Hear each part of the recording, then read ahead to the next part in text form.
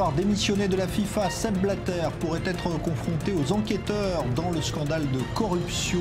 Quant à la succession ouverte à la FIFA, Michel Platini fait désormais figure de favori.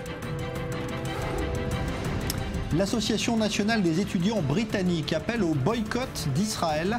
La Knesset s'est d'ailleurs réunie aujourd'hui pour déterminer une stratégie à adopter pour combattre ce boycott de plus en plus important à l'étranger. En Syrie, alors que les combats se rapprochent de Damas, des milliers de combattants iraniens et irakiens ont été envoyés en renfort pour défendre la capitale syrienne convoitée par l'État islamique.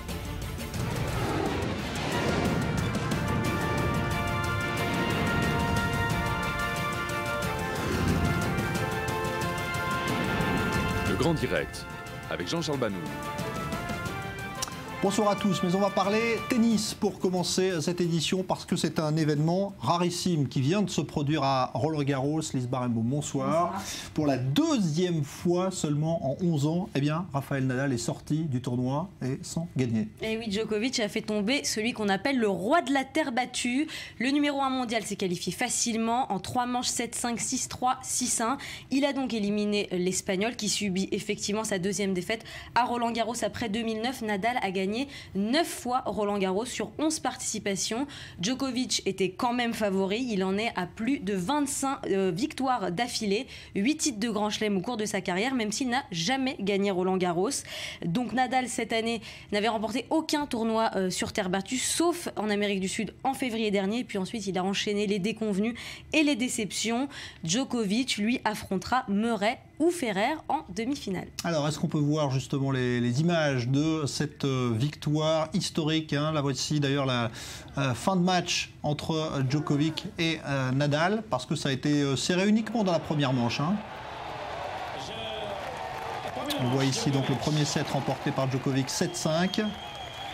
Et ensuite, ça a été étrangement beaucoup plus facile.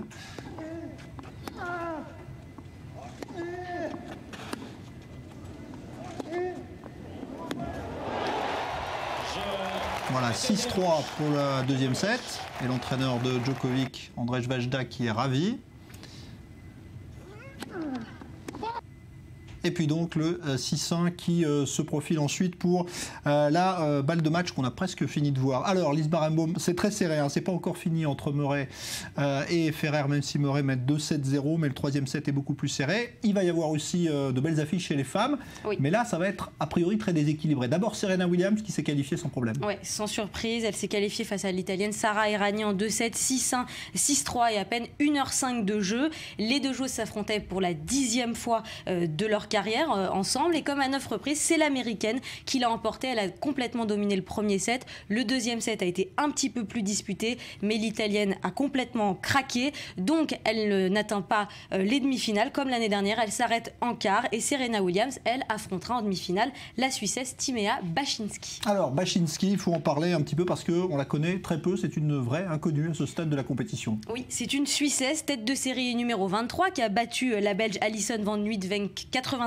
mondiale, en 2-7, 6-4, 7-5. C'est une joueuse qui jusqu'à présent n'avait jamais remporté plus d'un match à Roland-Garros.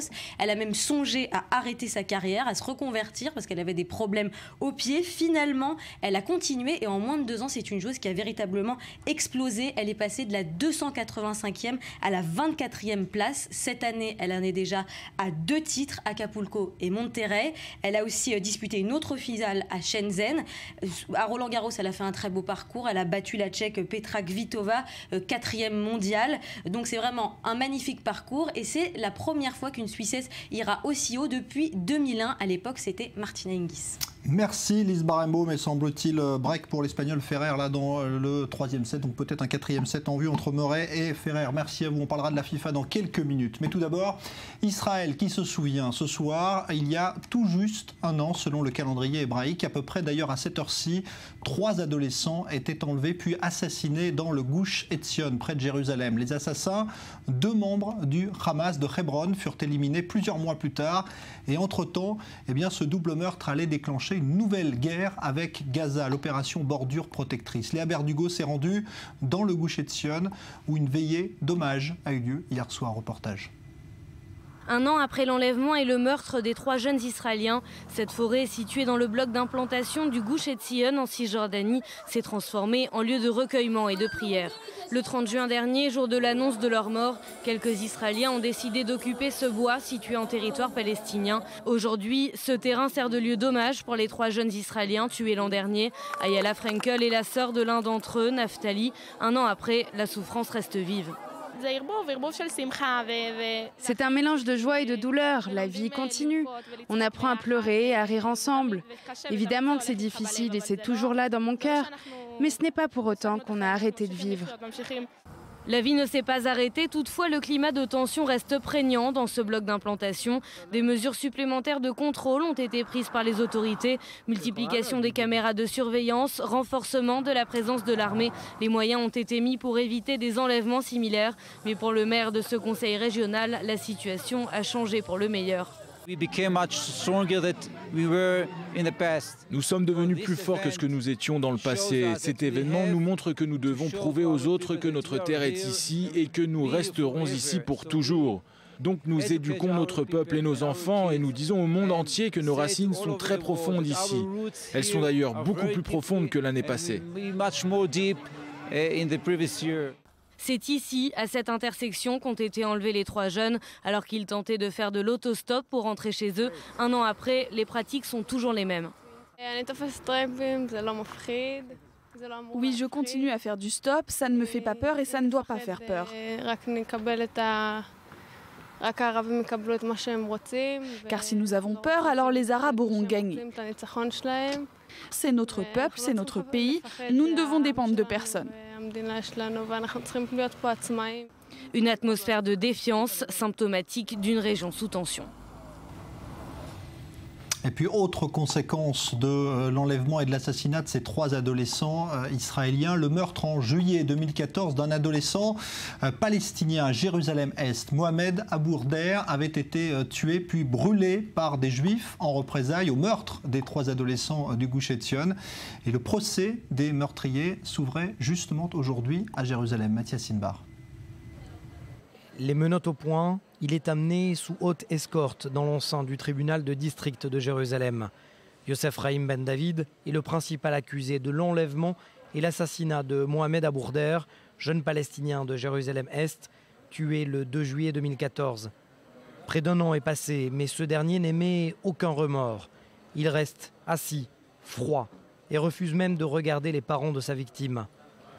De leur côté, les 2 mineurs qui l'accompagnaient le soir du meurtre ne dévoilent toujours pas leur visage.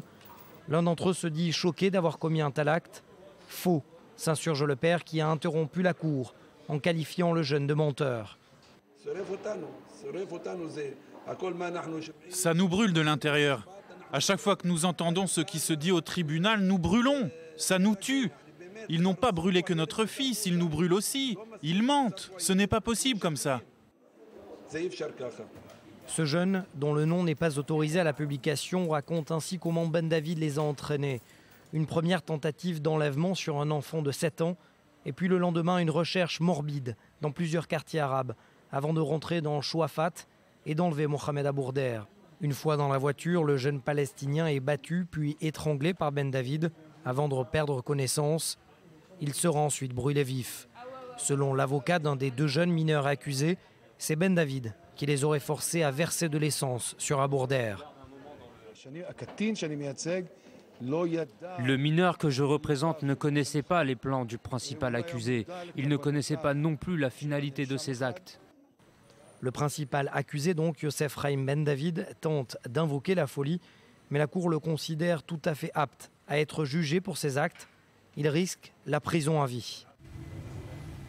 La coalition internationale qui lutte contre l'État islamique affirme avoir déjà éliminé plus de 10 000 djihadistes dans ces bombardements. Pour autant, lui continue de livrer bataille en Syrie contre l'armée d'Assad et le Hezbollah, notamment près de la frontière libanaise et dans la région de Damas. Joseph Emmanuel. Damas est la prochaine cible de l'État islamique. Des milliers de combattants arrivent en Syrie. Ils viennent d'Irak et d'Iran. Un ordre: défendre la capitale syrienne et sa banlieue. Il serait 7 000, bientôt 10 000 hommes pour épauler l'armée syrienne et les milices pro-gouvernementales. L'objectif, reprendre Jizr al-Shourour, Ville stratégique située entre Latakia et Alep, verrou vers la côte méditerranéenne et vers la région de Hama au centre du pays. L'armée syrienne a perdu la ville il y a un mois face aux islamistes d'Al-Nosra, une branche syrienne d'Al-Qaïda. Face à cette coalition, une autre coalition composée en grande partie d'Iraniens. Cité par l'agence iranienne IRNA, un général de la République islamique annonce: dans les jours qui viennent, le monde va être surpris par ce que nous préparons, en coopération avec les chefs militaires syriens. Une coopération appelée par les responsables syriens face au revers des derniers jours. Le mouvement islamiste Hezbollah combattrait pour le régime en périphérie de la ville d'Arzal, à la frontière libano-syrienne. L'allié russe est également appelé, dans un moment où des alliances se nouent. Des militaires syriens affirment qu'un accord a été signé entre les rebelles et 3 pays, ennemis irréductibles de Bachar el-Assad, l'Arabie saoudite, le Qatar et la Turquie. Jeudi dernier, le chef d'Al-Nosra a affirmé que son organisation n'avait qu'un unique objectif, faire chuter le régime syrien, ses symboles et ses alliés. Les attaques des rebelles se font de plus en plus violentes en Syrie. Ici à Alep, l'explosion de cette bombe a fait 16 morts, la moitié sont des enfants. Une violence extrême qui fait perdre du territoire au régime syrien et qui amène des critiques de l'allié iranien. La République islamique insiste pour un changement de stratégie de l'armée syrienne. Selon elle, mieux vaut contrôler moins de territoires, mais bien les contrôler. Une stratégie désormais mise en place avec les milliers d'hommes envoyés pour protéger Damas. Et si Blatter n'avait fait que devancer les événements judiciaires en démissionnant de la FIFA hier soir? Plusieurs médias américains affirment aujourd'hui que les enquêteurs du FBI sont sur le point de remonter jusqu'à lui dans le scandale de corruption. Joseph Emmanuel. Le FBI vise désormais Sepp Blatter. Il était jusqu'à présent épargné par la justice américaine, mais beaucoup pensent qu'il était le prochain sur la liste du FBI. C'est à la surprise générale que l'homme fort de la richissime instance de football annonçait mardi soir sa démission. Un discours bref prononcé face à une salle à moitié vide au siège de la FIFA à Zurich. Je remettrai mon mandat à disposition lors d'un congrès électif extraordinaire. Une succession dont il ne voulait pas entendre parler, peut-être pour ne pas se retrouver dans une position affaiblie, une position qu'il aurait immédiatement mêlée à l'enquête. Pas plus tard que samedi, Sepp Blatter est apparu à la télévision suisse, vindicatif, presque invulnérable selon la presse. Mais en coulisses, l'enquête avance. Le New York Times affirme que les autorités judiciaires américaines tentent d'obtenir la coopération de certains hauts responsables de la FIFA déjà inculpés. Objectif, resserrer l'étau autour du patron tout-puissant en obtenant des confidences. La mise en cause de son bras droit, Jérôme Valk, a précipité sa démission. C'est presque avec un regard extérieur que le dirigeant suisse avait observé l'inculpation de 14 de ses dirigeants dans un dossier comptabilisant 150 millions de dollars de malversation. Plusieurs cadres de la FIFA sont désormais recherchés par Interpol, dont Jack Warner, ancien vice-président de la FIFA et président de la Fédération des Caraïbes. Monsieur Warner avait été placé en garde à vue durant 24 heures après s'être présenté volontairement, il y a une semaine, au service antifraude de la police locale. Il avait été libéré après le versement d'une caution d'environ 400 000 dollars pour disparaître de la circulation. Plus personne au sein de la FIFA ne semble désormais extérieur au scandale qui secoue l'institution. Une brèche s'est ouverte avec la chute du chef et chacun s'inquiète. Mais la Russie continue de préparer sa Coupe du Monde comme si de rien n'était. Le Qatar également, qui affirme n'avoir jamais acheté la sienne. Même discours en Afrique du Sud. Ni le gouvernement sud-africain, ni le comité organisateur local n'a versé de pot de vin à quiconque pour accueillir la Coupe du Monde de la FIFA 2010. Chacun tente de sauver sa peau. Le FBI l'a bien compris aussi la course à celui qui dénoncera Blatter le premier. L'agence fédérale américaine se refuse pour le moment à tout commentaire et laisse les différentes thèses se confronter. Certains vont jusqu'à affirmer que le futur ex-patron de la FIFA coopère avec le FBI depuis le commencement. Au milieu de multiples suppositions, une chose est sûre, il y aura un nouveau président à la tête de la FIFA avec une élection prévue entre décembre 2015 et mars 2016. Parmi les différents noms de candidats possibles, le désormais célèbre Prince Ali, David Ginola ou une légende du football français, Michel Platini. Alors, beaucoup de questions en suspens encore ce soir, évidemment, autour de ce scandale qui est loin d'être terminé, même si Blatter a démissionné. On va en parler avec vous, Valérie Pérez. Bonsoir. Bonsoir. Vous présentez, évidemment, et vous dirigez le magazine des sports sur i24 News. Et puis, en duplex avec nous depuis Paris, Thierry Braillard. Bonsoir à vous. Vous êtes le secrétaire d'État chargé des sports en France. Merci d'être avec nous. Valérie Pérez, juste un mot avant, parce qu'il faut revenir encore sur toutes ces affaires. On a l'impression qu'on a là toute une série d'affaires de corruption qui éclatent en même temps, comme cela. Bah écoutez, non, c'est quand même le fruit de plusieurs années d'enquête. Jean-Charles Banoun, un document de 167 pages qui raconte justement les entreprises écrans, les paradis fiscaux, les comptes cachés à l'étranger, les enveloppes d'argent liquide, les achats de propriétés, et puis surtout des accords avec des services et des consultants pour dissimuler justement des contrats qui auraient eu une apparence légitime, alors qu'en fait ils étaient complètement illicites. Des dizaines de millions de dollars ont été retrouvés sur des comptes à Hong Kong, dans les îles Caïmans et en Suisse. D'ailleurs, le FBI a aussi perquisitionné le bureau de la CONCACAF à Miami, des interpellations de mercredi matin qui n'a laissé personne indifférent et qui ont surtout marqué et suscité énormément d'interrogations. Tous les accusés ont abusé du système judiciaire américain. C'est ce qu'a déclaré la ministre de la Justice américaine. 47 chefs d'inculpation qui sont retenus contre 9 responsables de la FIFA. Ils sont accusés de racket, de fraude, de blanchiment sur une période de 25 ans durant laquelle ils auraient perçu plus de 150 millions de dollars, de pots de vin, de rétrocommissions en échange notamment des droits médiatiques et marketing pour justement le tournoi international de football. Alors Thierry Braillard, justement, est-ce que vous aviez l'impression, vous, qu'on savait finalement tout cela, mais que on n'arrivait pas à le prouver peut-être? Est-ce que c'est pour vous quelque chose d'évident qui apparaît au grand jour aujourd'hui? On pouvait se poser légitimement beaucoup de questions. Il y a des livres qui sont sortis, des enquêtes qui ont eu lieu, des enquêtes assez précises, assez complètes, et on savait qu'il y avait quand même une sorte d'opacité au sein de la FIFA. Et là, quelque part, l'enquête américaine vient de mettre tout cela au grand jour. Un mot sur la personnalité de Sepp Blatter quand même, parce que c'est vrai qu'il faisait débat aussi. Il démissionne là aujourd'hui. Est-ce que pour vous, ça met fin à l'histoire, ou est-ce qu'il doit peut-être rendre des comptes encore et s'expliquer sur certaines choses? Moi, je pense que cette démission doit amener la FIFA à mener une vraie révolution en interne, à se réorganiser avec des principes très clairs, la mise en avant de l'éthique, la mise en avant de la transparence, la mise en avant de l'intégrité. Je crois que tous les amateurs de sport, et de football en particulier, ont eu ces derniers jours un certain dégoût au fur et à mesure qu'on entendait différentes informations sur, comme le disait justement Valérie Pérez, les fameuses rétrocommissions, les histoires de pots de vin présumés, etc., etc. Laissons faire la justice américaine et laissons faire et mener l'enquête jusqu'au bout. Mais je pense qu'à l'instar de ce qui s'est passé, si vous en souvenez, en 2000 pour le comité international olympique, où on avait eu exactement quasiment la même histoire, une sorte de corruption avérée sur l'attribution des Jeux olympiques d'hiver à Salt Lake City. Et bien disons que là, le moment est venu, comme l'a fait le CIO en son temps, peut-être pour que la FIFA se réorganise complètement.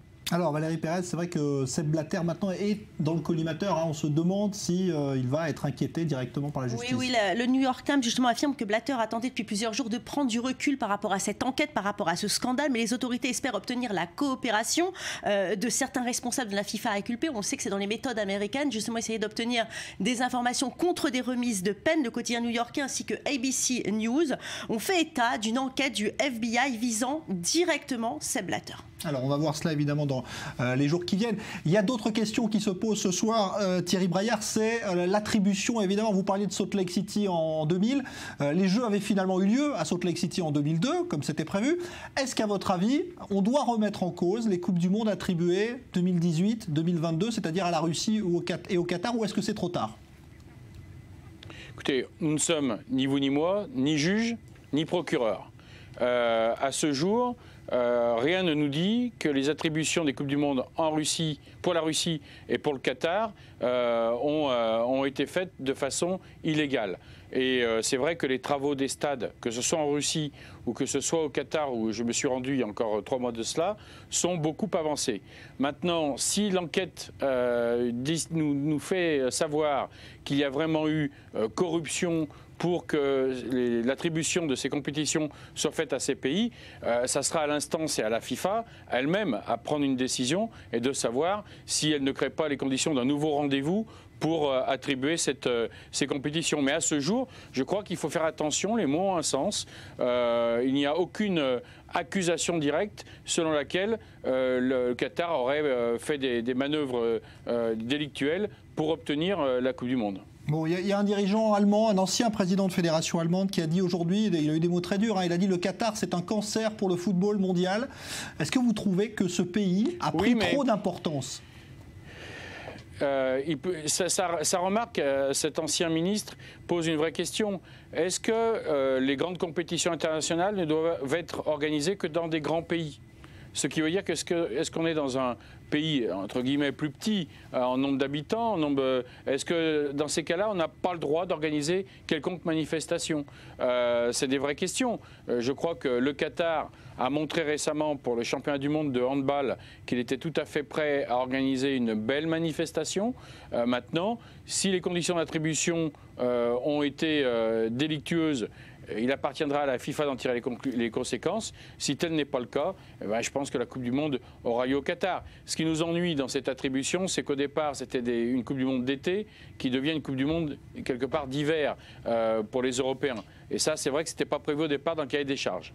Valérie Pérez. Oui, d'ailleurs, il y a la justice suisse qui va auditionner le comité exécutif de la FIFA qui compte 24 membres. Parce que figurez-vous que 8 de ces membres ont été à des degrés plus ou moins importants de gravité divers au centre d'enquête ou de procédures disciplinaires ou judiciaires justement en 2010 pour l'attribution de la Coupe du Monde au Qatar. Voilà, et puis on a vu ce soir que Jérôme Valk, qui vient de se défendre là pour la première fois, a dit qu'il ne se sentait nullement impliqué dans une quelconque affaire de corruption. Thierry Braillard, 2 petites questions rapidement avant d'envisager l'avenir de la FIFA. D'abord, est-ce que Noël Le Graët a eu raison de voter pour Blatter vendredi dernier? Est-ce que c'est pas choquant quand même? Je vais vous répondre. Je ne peux pas vous dire s'il a eu raison. Je sais simplement qu'il a eu ses raisons. Il les a expliquées. Il s'est encore ce matin expliqué pourquoi il avait voté pour Blatter. Il ne pensait pas que la candidature du prince Ali était une candidature sérieuse. Il avait, c'est vrai, obtenu avec un bon dossier l'organisation de la Coupe du Monde féminine en France en 2019, qui avait une sorte de bonne relation avec la FIFA. C'est les explications qu'il a données. Bon, il se trouve que 5 jours après, c'est vrai que ce vote apparaît aujourd'hui discutable, voire contestable. En tout cas, en tant que membre du gouvernement, il ne m'appartient pas de le juger ni de l'apprécier publiquement. Bon, et concernant la procédure de vote, certains disent qu'il faut remettre en cause le système une voix égale un pays qui prévaut à la FIFA comme à l'UEFA. Oui, vous ne pouvez pas quelque part apprécier qu'Andorre a le même poids que l'Espagne. On ne peut pas apprécier que la Polynésie française a la même voix que la France.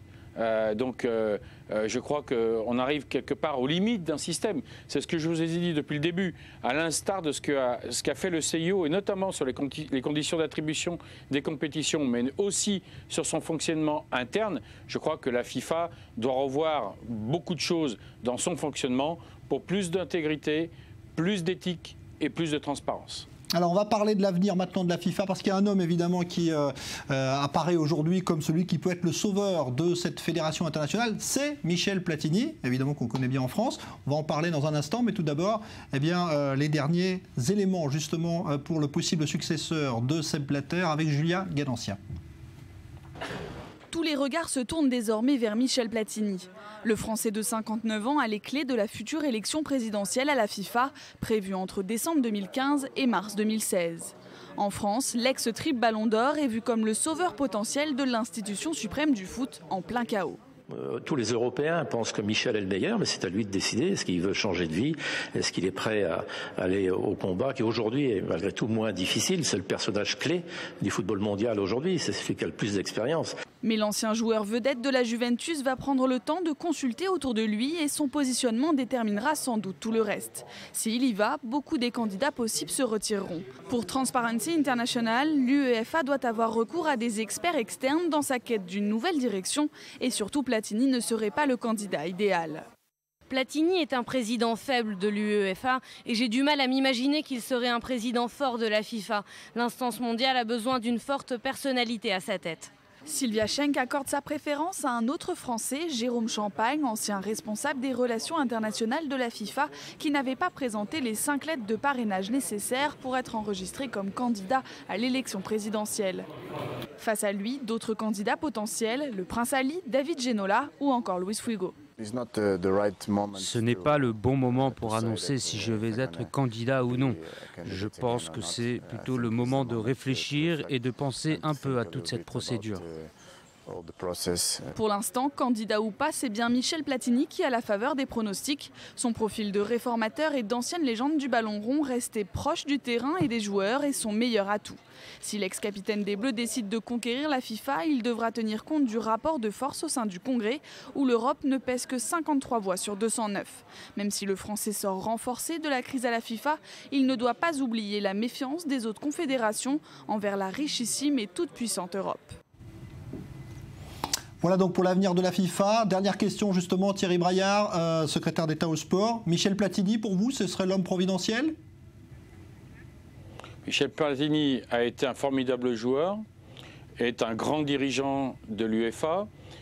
Dans ce que je voyais dans votre reportage, je pense qu'on peut au moins dire que c'est une forte personnalité, tellement forte personnalité que lui seul décidera s'il brigue ou pas la présidence de la FIFA. Et je pense que c'est une réflexion qu'il va mettre en place. Et quand on connaît les qualités, les compétences et la personnalité de Michel Platini, je sais qu'il pèsera le pour le contre pour prendre la bonne décision. Merci Thierry Braillard, secrétaire d'État au sport, d'avoir été en direct donc, depuis Paris pour commenter cette actualité évidemment toujours très abondante autour de la FIFA. C'est vrai qu'on a envie de voir des anciens joueurs, hein, Valérie Pérez, prendre finalement la présidence de ces organisations qui gèrent le foot. Oui, d'autant, vous avez raison, le Français qui bénéficie d'un vaste soutien du vieux continent, notamment en France, mais Michel Platini n'a pas la cote en Afrique, hein, qui représente un quart des électeurs de la FIFA. Les Africains qui reprochent à Platini d'être trop centré sur l'Europe et pas suffisamment sur l'Afrique, comme l'avait fait Blatter par exemple. Mais vous savez, Michel Platini est né le jour du printemps, le 21 juin 1955, et ça veut dire que s'il accepte ce mandat, ça veut dire que pour ses 60 ans, il aura passé peut-être une vitesse intéressante dans sa carrière. Et comme vous l'avez très bien dit, on en a peut-être un petit peu assez, nous les amoureux de football, de voir dans les instances dirigeantes des gens qui n'ont jamais joué au football. Et lui, c'est vrai qu'il a su très bien revêtir cet habit de footballeur, comme il a su revêtir l'habit officiel du président de l'UEFA. Voilà, on verra dans quelques jours, hein, peut-être il annoncera sa décision. En tout cas, l'enquête, elle se poursuit. Merci Valérie Pérez donc d'avoir été en direct avec nous et puis donc avec Thierry Braillard, le secrétaire d'État au sport. Dans un instant, on parlera du boycott qui vise Israël à l'étranger, et notamment dans les universités, avec la décision de l'Association nationale des étudiants britanniques qui a fait réagir en Israël aujourd'hui. On va en parler dans un instant. Restez avec nous.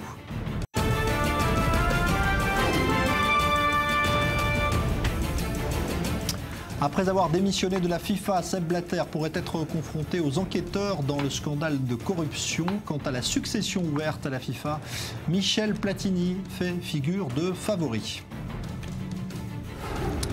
L'Association nationale des étudiants britanniques appelle au boycott d'Israël. La Knesset s'est justement réunie aujourd'hui pour déterminer une stratégie afin de combattre ce boycott qui prend de l'ampleur à l'étranger.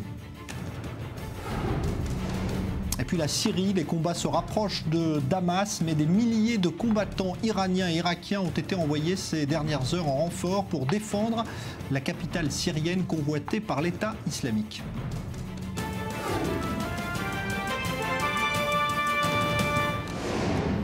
La Knesset a tenu aujourd'hui une session d'urgence afin d'examiner les moyens de lutter contre le boycott international d'Israël organisé par des associations pro-palestiniennes. Dernier exemple en date, l'Association nationale des étudiants britanniques. Cyril Amar. 19 voix pour, 12 contre et 3 abstentions. L'Union des étudiants britanniques a voté mardi son adhésion au BDS, le mouvement international de boycott anti-israélien. Une motion non contraignante pour la plupart des universités outre-Manche. Mais le symbole est fort, moins d'une semaine après l'annulation in extremis d'un vote de la FIFA sur la suspension de la Fédération israélienne de football. Au mois d'octobre dernier, l'Union des étudiants britanniques avait refusé de voter la condamnation des djihadistes de Daesh, jugés islamophobes. Une politique des deux poids, deux mesures qui n'aura pas échappé au Premier ministre israélien, Benjamin Netanyahou. Un groupe d'étudiants en Grande-Bretagne a voté en faveur du boycott contre Israël. Et ce moins d'un an après avoir refusé de boycotter l'organisation de l'État islamique. Ils boycottent Israël, mais ils refusent de boycotter l'État islamique. Voilà tout ce que vous devez savoir sur le mouvement BDS. Après l'Iran et le Hezbollah, le boycott anti-israélien serait-il devenu la nouvelle menace existentielle qui pèse sur l'État hébreu? Depuis plusieurs jours en tout cas, l'isolement croissant d'Israël sur la scène internationale fait la une des quotidiens israéliens. Face au danger de la délégitimation, Israël a même mobilisé ses meilleurs soutiens à l'étranger. 4 grandes figures de la philanthropie juive américaine, dont le magnat des casinos Sheldon Adelson. Ils se réuniront ce week-end à Las Vegas pour tenter d'endiguer la marée BDS sur les campus américains. En Israël, c'est la Knesset qui se mobilise. Une session parlementaire d'urgence a été convoquée. Alors la Knesset, justement, on s'y rend pour retrouver Daniel Haïk qui a suivi les débats aujourd'hui, cette réunion consacrée donc au boycott. Daniel Haïk, bonsoir. Qu'est-ce qui s'est dit cet après-midi justement à la Knesset ? Bien, écoutez, Jean-Charles, on aurait pu penser que sur un sujet aussi consensuel que la lutte contre le boycott de l'État d'Israël, eh bien, la Knesset se réunit. Eh bien non, elle est apparue, et là encore, divisée. Ayelet Shaked, la nouvelle ministre de la Justice, qui est membre du parti du foyer juif à droite, a affirmé qu'il fallait lutter contre ceux qui boycottaient Israël en les boycottant. C'est très in, a-t-elle dit, d'être aujourd'hui anti-israélien et anti-sioniste, mais il faut poursuivre cette lutte. À gauche, Zahava Galon, la présidente du parti Meretz, a affirmé que l'État d'Israël était en train de devenir une seconde Afrique du Sud aux yeux de la communauté internationale. En exprimant son opposition à la campagne du BDS, elle a affirmé que Benjamin Netanyahou servait cette campagne d'une certaine manière de par sa propre politique. Les seuls qui se sont affirmés ouvertement en faveur de cette campagne du BDS, eh bien, ce sont les députés arabes israéliens. Ahmed Tibi a affirmé que c'était là le seul moyen non violent de lutter contre l'occupation israélienne et qu'il fallait donc poursuivre ce boycott. Sur un point, l'ensemble des députés israéliens sont tombés d'accord, le fait que le mouvement BDS était en train de se renforcer au sein de la communauté internationale et que face à cela, eh bien, le gouvernement israélien restait pour l'instant plutôt passif. Alors Daniel, on comprend mal également pourquoi il y a autant de difficultés dans ce gouvernement israélien à se mobiliser contre ce mouvement de boycott. Bien, d'abord, il faut noter que durant les longs mois de la campagne électorale, le gouvernement n'a pas été aussi, on va dire, efficace qu'il aurait pu l'être si on n'était pas en campagne électorale. Les députés, les ministres avaient certainement d'autres chats à fouetter. Ils ont quelque peu mis de côté cette lutte contre le boycott de l'État d'Israël. Il faut aussi noter que dans ce nouveau gouvernement, eh bien, il n'y a pas de ministre des Affaires étrangères à part entière et que surtout, il y a un éclatement des responsabilités concernant cette campagne de BDS entre plusieurs ministères, 5 ou 6 ministères. Les dossiers sont partagés entre le ministère de l'Éducation, le ministère du Commerce, le ministère de la Diaspora, le ministère des Affaires étrangères.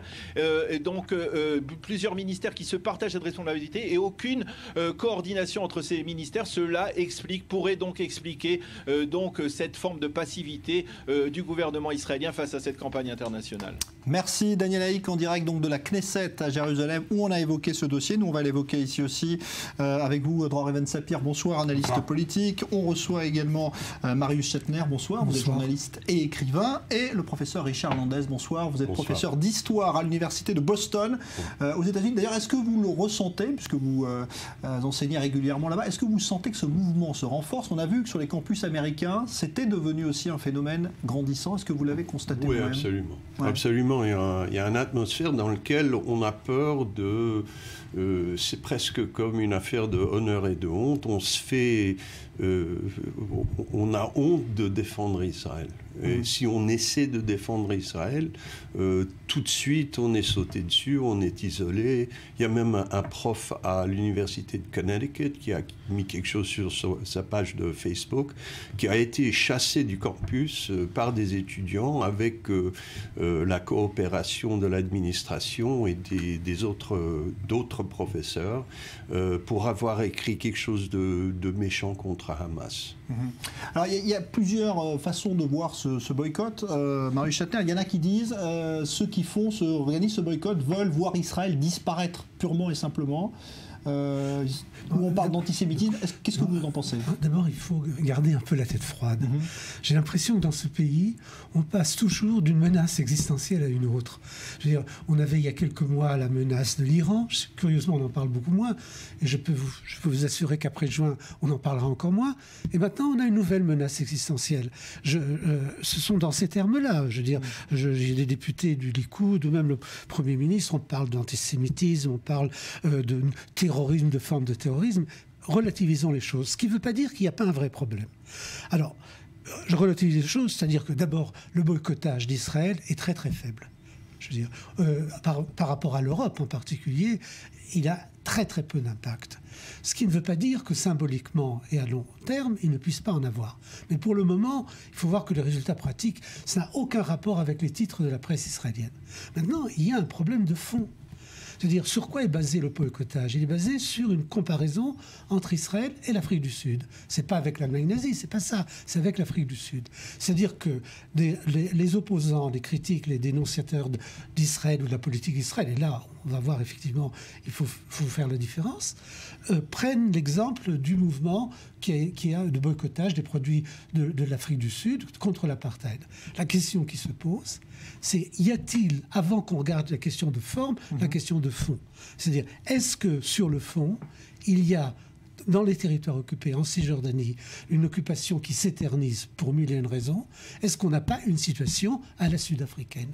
Et si on a une situation d'apartheid à la sud-africaine, on ne peut pas s'étonner qu'on ait un mouvement qu'on en paye le prix. Alors le problème, c'est effectivement où est la critique d'une politique israélienne et où est la contestation de l'État d'Israël. C'est-à-dire, il y a un amalgame. Mais on en reparlera, à mon avis. Ce n'est pas que BDS qui fait cet amalgame. C'est l'État d'Israël aussi qui le fait.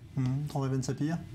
Oui, alors plusieurs remarques. La première, quand on parle de menaces existentielles, aujourd'hui, le ministre Gilad Erdan, qui est ministre de la Sécurité intérieure, mais qui est aussi chargé des menaces stratégiques. Il y a un ministère en Israël qui s'appelle le ministère des menaces stratégiques. Eh bien, Gilad Erdan a rassemblé une équipe d'experts pour élaborer les moyens de lutte contre les initiatives de boycott prises à travers le monde. Le ministre des menaces stratégiques. Donc le boycott est considéré par les responsables israéliens comme une menace stratégique. Alors est-ce que c'est exagéré ou non? On a quand même l'impression que ça fait boule de neige, on a quand même l'impression que les initiatives se multiplient.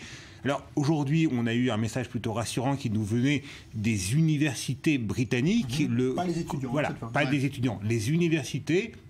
Les dirigeants des universités britanniques se sont opposés à la décision prise par l'Union nationale des étudiants britanniques. Donc elles sont opposées au boycott, mais les étudiants d'aujourd'hui seront les professeurs de demain. Donc il y a quand même là une inquiétude à avoir peut-être sur l'avenir à moyen et à long terme. Donc les menaces sont prises au sérieux en Israël. Est-ce que c'est exagéré? Je ne sais pas. Ce qui est intéressant, c'est qu'il y a quelques mois, une grande partie des dirigeants israéliens que l'on retrouve dans le gouvernement actuel minimisaient au contraire cette menace. Non, Israël n'est pas isolé. Non, Israël ne risque pas d'être isolé. C'était l'un des arguments de campagne de plusieurs responsables politiques israéliens que l'on retrouve dans le gouvernement actuel. Et aujourd'hui, on a véritablement une prise de conscience qui, à mon sens, n'est pas exagérée. Il y a un vrai danger, une vraie menace. Elle n'est peut-être pas existentielle, mais elle peut porter atteinte à la coopération académique, à la coopération culturelle et à la vie économique israélienne et au bienfait de l'économie israélienne. Et là, véritablement, il y a un danger qui n'est pas existentiel, mais qui peut avoir des conséquences néfastes sur de très nombreux domaines en Israël. Alors, professeur Richard Landes. Alors, je crois que, d'abord, on devrait reconnaître que, bien qu'on parle de boycott contre l'occupation, contre la situation d'apartheid ou soi-disant apartheid, le fait, c'est que les gens qui poussent le boycott, au moins aux États-Unis, où je le connais bien, mais je crois que c'est vrai en Bretagne aussi, les gens qui poussent ce boycott sont contre l'État d'Israël Israël. Et quand on dit c'est une façon, on a parlé du bloc arabe qui disait c'est la seule façon de non-violent contre l'occupation. En fait, c'est la seule façon non-violent de s'attaquer légitimement dans les yeux de beaucoup contre Israël et contre l'existence d'Israël.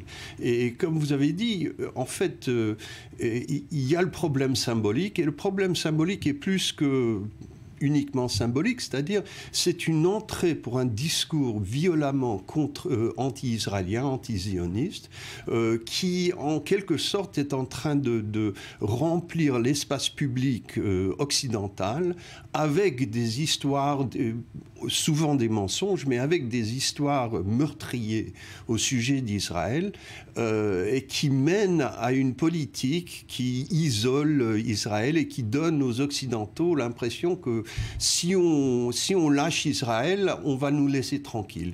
Et en fait, je crois que c'est l'opposé. Je crois que c'est une politique suicidaire du point de vue des Européens, des Occidentaux, de se laisser avoir par ce qui est en fait une forme de djihad cognitive contre Israël et, à long terme, contre l'Occident aussi. Vous partagez ce sentiment ou pas? Absolument pas. Ce que je peux dire, c'est effectivement, c'est toute la question de quand la critique d'une politique devient la critique d'un État, quand l'antisionisme passe à l'antisémitisme. Évidemment qu'il y a des dérives. Évidemment que parmi les gens de BDS, ce ne sont pas des sympathisants de l'État juif. Mais encore une fois, il y a cette obsession israélienne, ce qu'on appelle Hasbara. Toujours croire que c'est une question d'explication. C'est vrai d'ailleurs qu'explication est nulle. Le ministère des Affaires étrangères n'existe pas. Mais ce n'est pas ça le fond du problème. Le fond du problème, c'est que à partir du moment où Israël garde les territoires, oppresse une population, maintient des gens sur un même territoire avec des droits différents et le dit au nom de la sécurité ou même au nom de Dieu, comme l'a dit notre vice-ministre des Affaires étrangères, c'est quelque chose qui est inadmissible pour une très grande partie de la population. Je veux dire, ce qui est plus grave pour Israël, c'est pas BDS, c'est même pas des résolutions d'étudiants. On sait ce que c'est les résolutions de conseil d'étudiants. Par exemple, c'est ce qu'a dit Obama il y a 2 jours. C'est ça, c'est l'isolement d'Israël. Et la tragédie, c'est qu'en liant le sort d'Israël au sort de la colonisation, eh bien, on va vers une catastrophe. Ce n'est pas l'Occident qui va vers une catastrophe, c'est nous. Ce qui n'empêche pas les autres d'aller dans d'autres catastrophes. Les deux choses peuvent marcher ensemble. C'est nous courons à la catastrophe. Je veux dire, prenez par exemple un exemple très curieux. Il y a une loi israélienne qui interdit de faire campagne pour le boycottage, mais pas simplement de produits israéliens, mais sans faire la différence entre produits des colonies et produits d'Israël. Si à Dieu ne plaise, je disais, n'employez pas des produits des colonies, je serai contre la loi. C'est-à-dire que c'est Israël qui ne fait pas la différence. Alors comment la faire pour les autres? Bon, je ne sais pas si la situation est aussi préoccupante que ça, mais tout de même, ce qui est intéressant à remarquer, c'est... Enfin, la question qu'on peut se poser, c'est pourquoi maintenant, en fait, parce que la situation est relativement calme. Israël ne mène pas, comme c'était le cas au cours de l'été dernier, de campagne contre le Hamas en la bande de Gaza ou contre le Hezbollah au Liban. Il n'y a pas d'attentats et de mesures contre les organisations terroristes dans les territoires. La situation est plutôt calme ces derniers mois. Et on assiste donc à une multiplication d'initiatives de boycott total ou partiel. Il y a un blocage total. Alors pourquoi Alors il y a un blocage, mais ce blocage, il a à peu près 1 an déjà, après l'échec des négociations initiées par John Kerry, le secrétaire d'État américain. Pourquoi maintenant? Parce que peut-être certaines déclarations de campagne de Benjamin Netanyahou ont inquiété, ont déplu beaucoup de gens en Europe et aux États-Unis et ont donné peut-être aux plus extrémistes des militants anti-israéliens l'impression que c'était le moment, qu'il fallait cueillir le fruit, que le fruit était suffisamment mûr pour le cueillir. Benjamin Netanyahou, et je pense qu'il a été sincère lorsqu'il a dit au cours de sa campagne électorale, a déclaré que s'il était réélu, il n'y aura pas d'État palestinien. Ça lui a réussi parce qu'il a fait la razzia des voix à droite, sur sa droite, et ça a permis à son parti d'obtenir un excellent score aux dernières élections. Or, il se trouve que les déclarations qui ont été les siennes après les élections, avec Mme Mogherini, la chef de la diplomatie européenne, par exemple, déclarations au cours desquelles il était revenu sur ses propos de campagne et au cours desquels il a réaffirmé son engagement, là cette fois en faveur d'un État palestinien. Eh bien, semble-t-il, elles n'ont pas convaincu la communauté internationale, elles n'ont pas convaincu les dirigeants européens ou américains. Et là, il y a un décalage. Et là où peut-être, alors je ne sais pas si on peut parler de hasbara, d'explications défaillantes ou non, mais là où les Israéliens n'insistent pas suffisamment, c'est que, et là où il y a peut-être un moyen de trouver un langage qui peut être accepté par les opinions publiques, en tout cas, et peut-être par une partie des preneurs de décision en Europe et aux États-Unis, c'est de rappeler qu'Israël se trouve dans une région tout à fait instable, dans une région dans laquelle l'islamisme, le djihadisme ne cesse de progresser, et que par conséquent, si concession il doit y avoir de la part d'Israël, elles doivent être mesurées, elles doivent être prudentes, et qu'on peut comprendre les Israéliens dans leur prudence et peut-être même dans leur pessimisme sur les chances de parvenir à une paix négociée avec les Palestiniens. Et ça, ce message, il n'est pas suffisamment exprimé, il n'est pas suffisamment audible, peut-être. Ouais.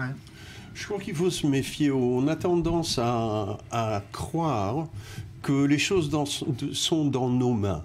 Et donc, s'il y a quelque chose qui ne va pas, c'est la faute à Bibi, c'est la faute au gouvernement d'Israël, c'est la faute aux colonies, etc. L'occupation. Je crois qu'on verrait, enfin, je connais les gens qui font partie on dit en anglais pas Students for Justice in Palestine, mais Students for Just Us in Palestine. Que nous, en Palestine. Je les connais. Si on se retirait aux lignes vertes demain, le boycott continuerait. Ils trouveraient une autre façon, ils trouveraient un autre truc. Oui. Et en fait, quand il y avait Oslo, il n'y avait pas du tout la même atmosphère. Oui, mais c'est parce que pendant Oslo, on était en train de faire des concessions que l'autre côté a profité. Oui, mais ils ont dit très, très clairement, et les gens n'ont pas voulu l'entendre, que c'était un cheval de Troie. Et en fait, c'est ce que ça a été. Non. Et maintenant, on nous critique. Israël en a fait un cheval de croix avec la colonisation. Et voilà. Et vous continuez à mettre la responsabilité sur les Israéliens, et vous ne donnez pas d'agence aux Palestiniens et aux Arabes et aux musulmans et aux gens qui veulent... Si je peux finir. Alors, on a tendance toujours à trouver qu'est-ce que nous devons faire, c'est à nous la faute s'ils ont un succès. Je crois que la raison que, par exemple, maintenant, le fruit est mûr, c'est parce que pendant l'épisode de l'été dernier avec opération Bordure protectrice à Gaza, on a disséminé en Occident les chaînes d'information, toutes sortes d'histoires de choses terribles que faisaient les Israéliens. On disait toujours que la vaste majorité des blessés, des morts, c'était des citoyens, etc. Et c'est précisément ces informations qu'emploient les groupes du BDS dans les universités. Et une des choses qui a été dit par cette décision qui a été votée par les étudiants, c'est chaque année, il faut tenir une journée de récollection de tout ce qui s'est passé aux Palestiniens, de ce que les Israéliens ont fait. En fait, c'est un tuyau de propagande, et c'est pas dans l'intérêt des Européens, c'est pas dans l'intérêt des Occidentaux, ou je dirais même des infidèles, de donner cette propagande pour la guerre djihadiste une place favorisant une place de choix dans le discours de l'Occident. Non, je ne vois pas du tout les choses comme ça. Vous avez un discours, c'est toujours presque essentialiste, c'est-à-dire que on nous reproche, quand il y a des critiques envers Israël, on dit, on nous reproche pas, le problème c'est pas ce que nous faisons, mais ce que nous sommes. C'est ça au fond ce que vous dites. C'est-à-dire que au fond, la critique d'Israël, c'est de l'antisémitisme. Au fond, c'est la vieille haine. Non, c'est presque... un rejet. Non. Écoute. Grosso modo. Excusez-moi, je voudrais aller jusqu'au bout. Mais maintenant, je voudrais quand même... ceci dit, sur les chiffres, c'est l'armée israélienne qui a annoncé qu'à peu près, pendant l'opération qu'on appelle en français bordure protectrice, il y a la moitié des victimes étaient des civils. Eux, du côté palestinien, on dit 70%. Je veux dire, quand même, du côté israélien, on reconnaît que la moitié des victimes étaient civiles. civile. C'est pas la vaste majorité. C'est ce qu'on a continué à répéter tout le temps. Mais la moitié, c'est beaucoup déjà. Mais c'est pas la vaste majorité. Reconnu par l'armée israélienne. C'est extraordinaire. Il n'y a pas d'autre pays qui fait un combat urbain avec la moitié, la moitié qui est... Mais ce que je veux dire, je veux vous rassurer sur quelque chose.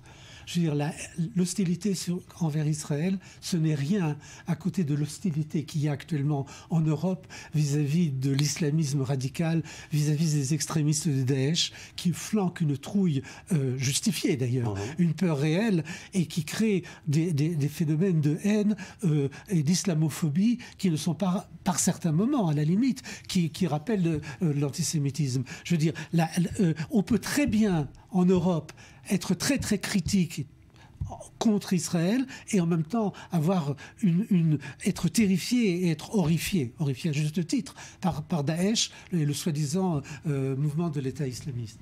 Alors, je voudrais qu'on écoute maintenant justement, vous parliez tout à l'heure de la position qu'inspire Israël vis-à-vis de la communauté internationale. Ce qu'a déclaré Barack Obama hier, c'était dans une interview accordée justement à une chaîne israélienne, la deuxième chaîne, et donc destinée à être vue par le public israélien. Barack Obama à propos justement du dossier israélo-palestinien.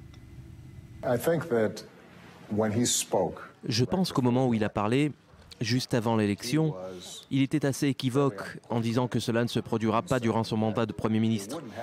Tant qu'il était Premier ministre, il n'y aurait pas deux États. Le danger, c'est que l'État d'Israël tout entier perde sa crédibilité. Déjà, la communauté internationale ne croit pas qu'Israël est sérieux au sujet d'une solution à deux États. La déclaration du Premier ministre a aggravé cette croyance qu'il n'y avait pas d'engagement de ce côté-là. Voilà, donc la perception, effectivement, de Barack Obama dans Raven Sapir. Je pense que c'est beaucoup plus grave. Je pense que lorsque le président américain dit que, en fait, et c'est quand même un événement en soi, que le président américain dise aussi clairement que lui-même n'a plus confiance en Benjamin Netanyahou et que ce manque de confiance, il est finalement partagé par ses homologues occidentaux, par la plupart en tout cas de ses homologues occidentaux. Là, il y a véritablement effectivement un véritable problème qui devra inquiéter les dirigeants israéliens et qui va probablement, dans les mois qui viennent, qui va pousser Benjamin Netanyahou, même si son gouvernement est très ancré à droite, qui va pousser Benjamin Netanyahou à multiplier les appels du pied en faveur d'une reprise des pourparlers de paix. Et peut-être que Benjamin Netanyahou va accepter certaines concessions et va affirmer qu'il est prêt à des compromis qui feront sans doute pas plaisir à une grande partie de son gouvernement. On va assister à ce genre de déclaration, à mon sens, dans les mois qui viennent. Le problème, c'est que les dirigeants palestiniens, aujourd'hui, n'ont pas vraiment intérêt eux-mêmes à une reprise des pourparlers et qu'ils mettent tous leurs espoirs dans la poursuite de leur démarche unilatérale auprès des instances internationales et se rendent bien compte, il y a eu le cafouillage à la FIFA, mais ils se rendent bien compte qu'ils peuvent marquer des points au niveau des instances internationales et qu'ils n'ont donc que peu d'intérêt à revenir à la table des négociations. Et très récemment, on a pris connaissance des conclusions d'un rapport des services de renseignement israéliens qui aboutissait donc à la même conclusion, à savoir que Mahmoud Abbas, le président de l'autorité palestinienne, n'avait lui-même aucune confiance en Benjamin Netanyahou et que donc la stratégie palestinienne restait inchangée, à savoir des démarches unilatérales auprès des instances internationales et donc pas de volonté réelle de revenir à la table des pourparlers. Voilà, et puis une information à l'instant, justement, le PDG d'Orange, qui est un grand groupe donc, de télécommunications français, qui affirme vouloir couper les liens avec Israël très prochainement. Donc là, boycott économique cette fois. On va suivre tout cela. Merci, professeur Richard Landes. Vous voulez rajouter un petit mot? Oui, je voulais rajouter un petit mot, c'est-à-dire en parlant de Obama, en fait, on parle de problèmes de cosmétiques, c'est-à-dire leur point de vue sur la situation. Si c'est en erreur, il y a des conséquences. Alors, en fait, les Palestiniens sont en train d'empoisonner tous les institutions internationales où ils se trouvent, que ce soit le FIFA ou le ou dans l'académie. Ils sont en train de politiser tout. Et en fait, si on a peur de Daesh et si on a peur du djihad, on ne devrait pas encourager un des djihadistes à poursuivre et à corrompre toutes les institutions internationales pour poursuivre les Palestiniens, y compris Abbas. C'est-à-dire, c'est un... N'importe quoi. Non, c'est pas n'importe quoi. En fait, ce qu'on a, c'est une situation où c'est un des premiers cibles djihadistes de faire disparaître l'État d'Israël. Et si lui, il est en train de faire ce djihad cognitif et en train de corrompre toutes les institutions internationales, c'est pas dans l'intérêt des Européens ou des Occidentaux d'encourager ce comportement.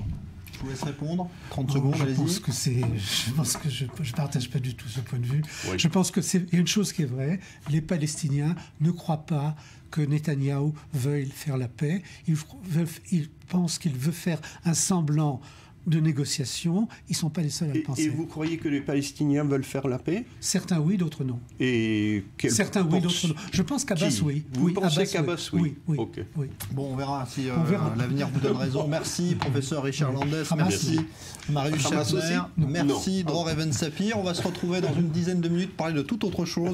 Une application destinée aux ados qui fait peur à l'éducation nationale en France. On en parlera dans un instant. Et puis, on parlera également du nouvel entraîneur du Real Madrid et puis un exercice militaire spectaculaire également qui a eu lieu aujourd'hui et de sécurité en Israël. La simulation, c'est un scénario catastrophe mais il faut l'envisager, la simulation d'une attaque massive sur le territoire israélien. Un reportage également à voir dans une dizaine de minutes juste après un nouveau point sur l'actualité qui vous sera présenté dans un instant par Daniel Atlan. À tout de suite, on se retrouvera.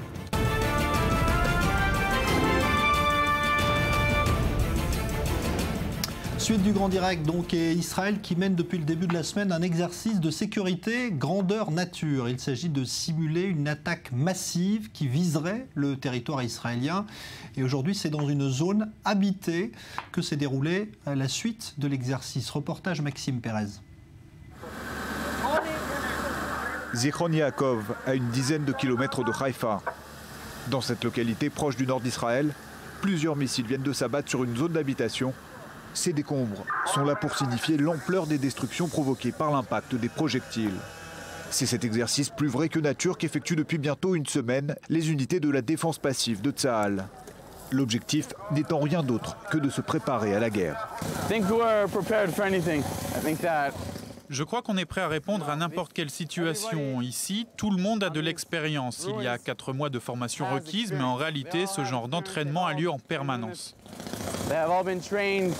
Les secours arrivent sur la zone sinistrée en quelques minutes. Après un rapide état des lieux, les blessés les plus légers sont soignés sur place. Les plus grièvement atteints sont évacués en ambulance. Au milieu des ruines, les secouristes de Tsahal ont quelques minutes pour préparer leurs équipements et recevoir les premières consignes. Un peu en retrait, ce soldat est là pour centraliser les informations recueillies par les services de secours. Car ici, tout le monde est à pied d'œuvre. L'armée, la police et même ces secouristes de l'organisation Zaka. Comme lors d'attentats, ils sont là pour collecter les restes de corps afin que les victimes puissent être enterrées selon la tradition juive. Nous essayons d'améliorer notre rapidité d'intervention. Le but étant d'acheminer sur zone les forces qui sont nécessaires pour qu'on puisse prodiguer les premiers soins, à la fois aux blessés et aux personnes coincées sous les décombres. Ces unités sont entraînées pour travailler jour et nuit, jusqu'à une semaine, sans interruption. Dans ces opérations de secours qui visent d'abord à sauver des vies, tous les moyens sont mis à disposition des secouristes, y compris ces chiens qu'Israël utilise souvent sur les théâtres de catastrophes naturelles, comme récemment au Népal. Je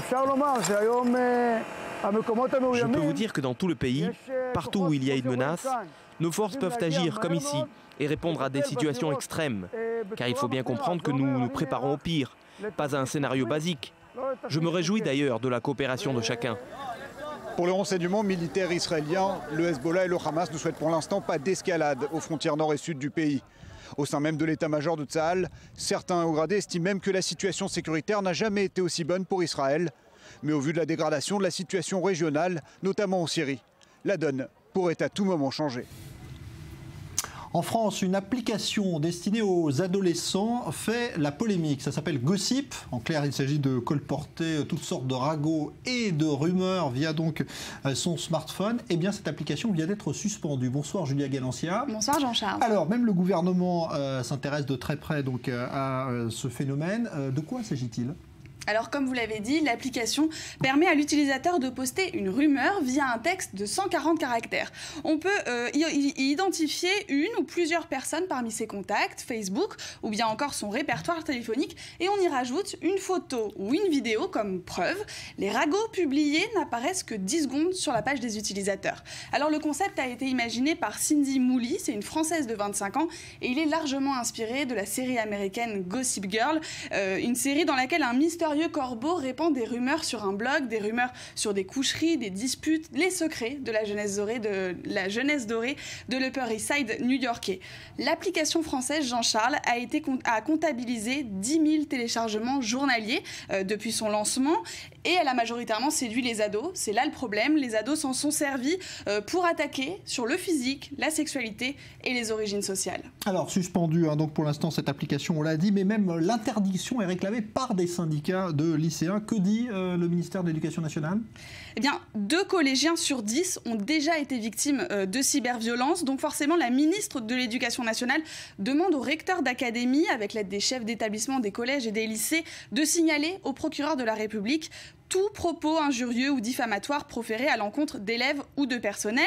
Selon elle, la réouverture de cette application, puisque comme vous l'avez dit pour l'instant, elle est suspendue, pourrait venir affecter un climat qu'elle juge pour l'instant serein au sein des établissements. Alors Najat Vallaud-Belkacem s'est exprimée ce matin en sortant du Conseil des ministres. Je vous propose qu'on l'écoute tout de suite. La lutte contre les violences scolaires, contre le harcèlement à l'école est une de nos priorités et qu'il semblerait que cette application clairement contribue à ce harcèlement scolaire. Donc on ne peut pas l'accepter, on ne peut pas faire interdire l'application.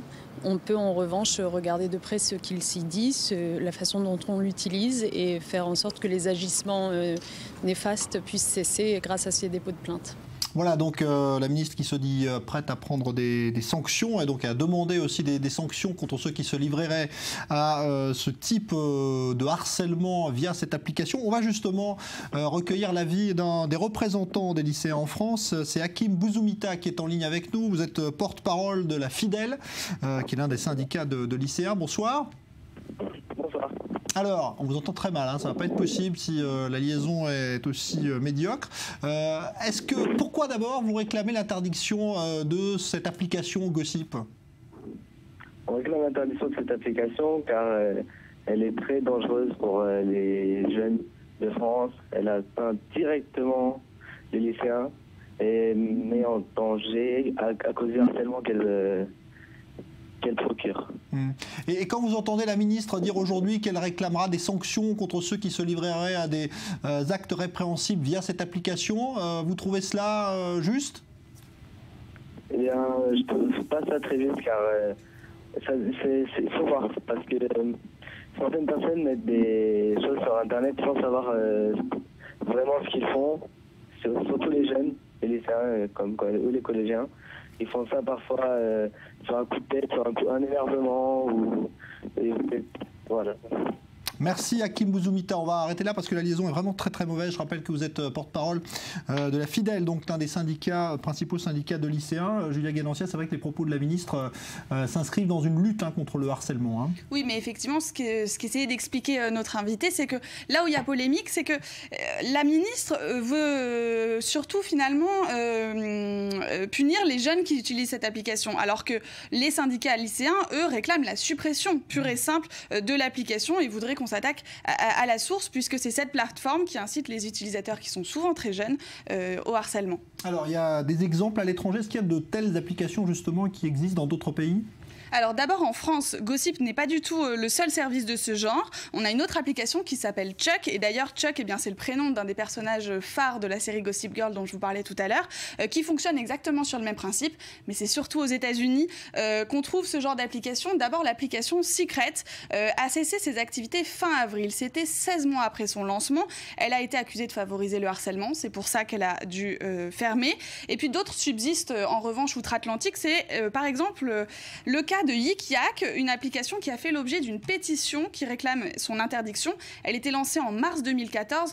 En fait, au départ, une jeune américaine de 18 ans a commis une tentative de suicide après avoir été l'objet de harcèlement via cette application. Près de 80 000 personnes ont signé la pétition pour que Yik Yak, donc cette application, soit ferme. Et les fondateurs ont donc rencontré la jeune fille et il y a eu une discussion pour finalement promettre une série de mesures, par exemple une meilleure modération, une interdiction aux moins de 17 ans sous peine de voir le compte bloqué. Tout ça pour empêcher finalement que l'application soit utilisée à de telles fins, pour empêcher le harcèlement dans ces lycées. Merci Julia Ganancia. Donc voilà, cette application qui fait beaucoup de bruit, mais qui est suspendue pour l'instant en attendant peut-être une mesure d'interdiction. On va maintenant vous emmener en Afrique où le risque de voir les éléphants disparaître totalement est une réalité, une éventualité. En tout cas en Tanzanie, par exemple, leur population a décliné de 60% ces dernières années. Alors certains pays, comme le Botswana, eh bien, vont tenter de créer un véritable sanctuaire pour les protéger. Maël Benoliel. Le Botswana, dernier sanctuaire des éléphants en Afrique. Massacrés par dizaines de milliers pour leur ivoire, il ne serait plus que 470 000 sur tout le continent africain. Mais ici, sur les bords du fleuve Chobe, les pachydermes ont encore leur petit coin de paradis. Ce sont des animaux très intelligents. Quand ils sont perturbés dans une zone, ils se déplacent là où ils savent qu'ils seront en sûreté. Au Botswana, beaucoup de nos éléphants sont en fait des réfugiés politiques qui fuient la persécution dans les pays voisins. Pour assurer la protection des animaux, le gouvernement a évidemment interdit la chasse. Les forces de l'ordre sont même encouragées à tirer à vue sur les braconniers. Si vous venez dans ce pays avec une arme pour tuer nos ressources naturelles, et si vous pensez que vous allez avoir la vie sauve, vous allez être déçus. Et je ne vais pas présenter d'excuses, c'est comme ça. Une volonté politique qui vise aussi à favoriser le tourisme, devenu une priorité ces dernières années. Ce secteur d'activité constitue la deuxième source de revenus de l'État. Il faut dire aussi que le Botswana jouit d'immenses espaces sauvages, ce qui attire tous les ans de plus en plus de vacanciers. Le Botswana a de la chance parce que les parcs nationaux couvrent une très grande surface. En Afrique du Sud, ils sont petits et souvent privés. Il y a toujours plein de touristes. Tandis qu'au Botswana, à Moremi par exemple, vous pouvez ne pas avoir une seule autre voiture de la journée. Mais malgré les efforts du Botswana pour préserver les éléphants, les experts estiment tout de même que cette espèce animale reste menacée de disparition d'ici 1 à 2 décennies. Environ 30 000 pachydermes sont tués chaque année. Des éléphants, on passe au Galactique. Le Real Madrid a officialisé aujourd'hui la signature de son nouvel entraîneur. Il s'agit de l'Espagnol Rafael Benitez qui vient de quitter Naples. C'est lui qui va donc succéder à Carlo Ancelotti, l'Italien dont le Real ne voulait plus. Écoutez ce qu'a déclaré cet après-midi le président du Real, Florentino Pérez. Une nouvelle étape commence et nous sommes convaincus que l'arrivée d'un nouvel entraîneur nous rendra plus forts. Alors, en ligne avec nous depuis Madrid, notre correspondante Aude Soufi, bonsoir. Bonsoir. Alors, Aude, comment s'est passée d'ailleurs cette présentation officielle aujourd'hui ? Présentation avec beaucoup d'émotion. Florentino Pérez a présenté Rafa Benitez comme un homme de la maison. Il faut souligner que depuis une semaine, même 10 jours, il y avait cette rumeur que Rafa Benitez arrivait à Madrid, mais elle ne s'est confirmée que lundi lorsque l'entraîneur du Real Madrid est donc arrivé à bord d'un avion privé affrété par le club et qu'il a filé directement au centre d'entraînement du Real Madrid pour commencer d'ores et déjà à travailler.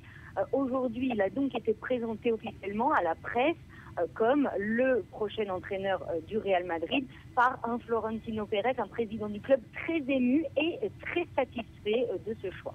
Alors, on va continuer à discuter avec vous Aude, dans un instant, mais on va écouter justement les premiers mots de Rafael Benitez au Real Madrid. C'était tout à l'heure.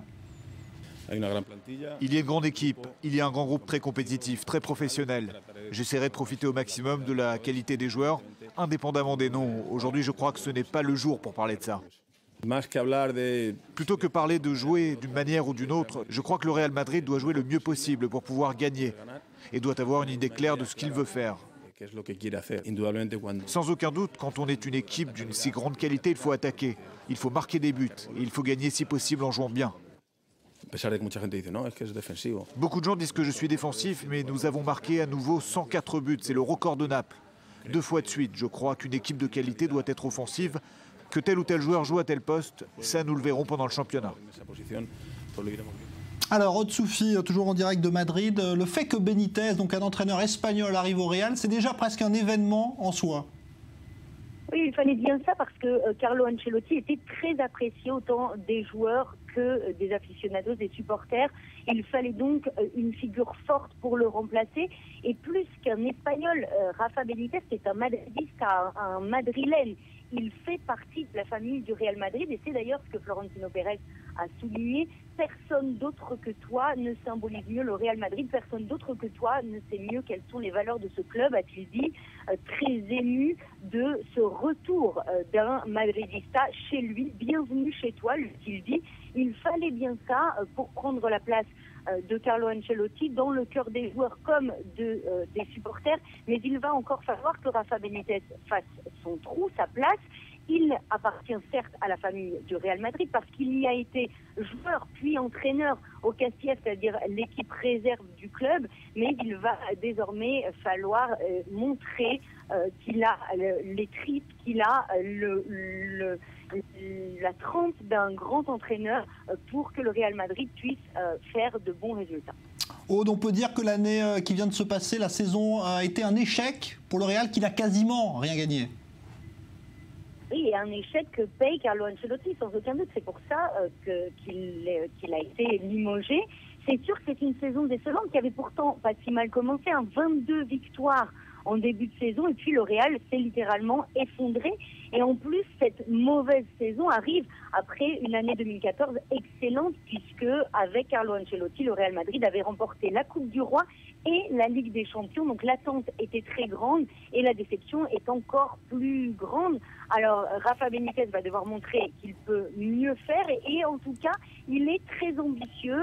Lors de la conférence de presse cet après-midi, il a dit qu'il avait pour objectif de tout gagner, la Liga, la Coupe et la Ligue des Champions. Être premier, c'est l'unique chose qui vaille, a-t-il dit. Être second, ça ne vaut rien. Il va falloir qu'il se mette au travail pour démontrer qu'il peut le faire. Merci Aude Soufi, donc correspondante depuis Madrid, à propos donc de la présentation officielle du nouvel entraîneur du Real Madrid, le club, on le rappelle, le plus riche du monde et dont la notoriété est la plus importante, le Real, donc qui engage Rafael Benitez pour 3 ans. Voilà, fin de ce grand direct. Dans un instant, nouveau journal présenté par Daniel Atlan. Bonne soirée.